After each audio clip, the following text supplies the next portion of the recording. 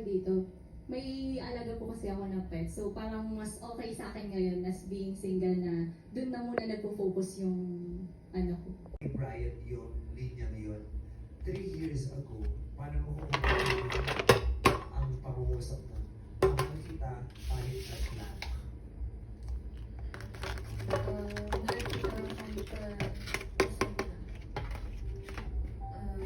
Kasi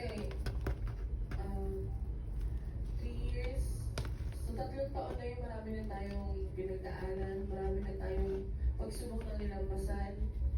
Masasabi kong kung hanggang saan ka kaya. Tulad ng nag-iisip. Hi Brian, ang sasabihin ko lang is two.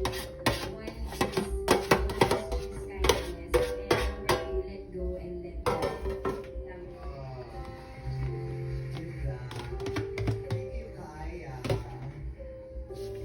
Eto, pakinggan nga natin ano rin sasabihin nila sa isa't isa.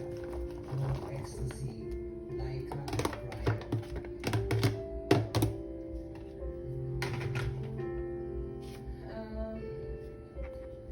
Masasabi ko lang sa'yo, maraming salamat sa 6 na taon na pinaranas mo sa akin. Pinasaya mo ako. Pinaranas mo sa iyo na lahat. Salamat din naman sa lahat ng pag-uunawa mo sa akin, pag-aalaga mo sa akin. Pasensya na kung makulit ko. Kung may mga nagawa mo ng kasalanan, ngayon ko sasabihin sa kanila so patawad, pero patawad mo.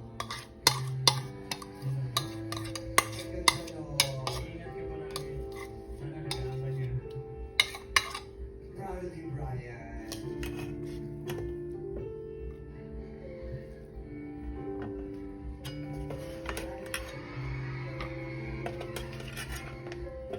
Parang get back.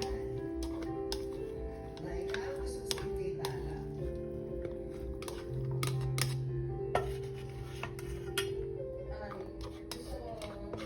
kilalanin mo siya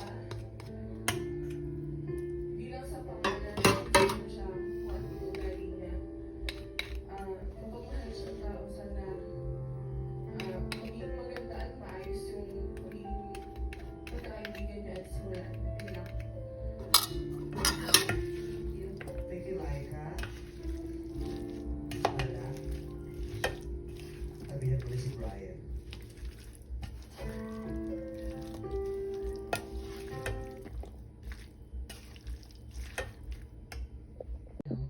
Gusto sabihin nila. Pero sa akin, never ko naman po siya na-use to, magbigay ng hatred. Parang ngayon, parang yung gusto ko lang talaga matawa-tawa, gano'n. Pero parang hindi ko naman siya nagamit sa negative ways. Naglagay ka ng profile pic doon. Yung profile picture ko po doon, picture ko talaga siya, pero yung kalahating mata lang, gano'n. Pag talaga ko, wala nga lang, may ilong, wala nga lang. Paano naman mo alam sa iyo wala kang tingin? Saan ka talaga siya yung Nandun na yung spark ng pagbabalik niya. hinanap ko siya nung nawala? Akala ko wala akong pakialam na wala. Tapos, nung nag-chat ulit, ayun, parang ako na yung mas maraming chat kesa sa kanya. Doon sa dami account, alam niyo na dami accounts yung ginagawa niyo, na ginagamit niyo na dami accounts na. So, pakita na ng mukha. Ako, pag eventually po na nag-uusap kami ng direct, Di ba? Napapaniwala nila yung kausap nila sa sinseridad ng kanilang mga pinag-uusapan.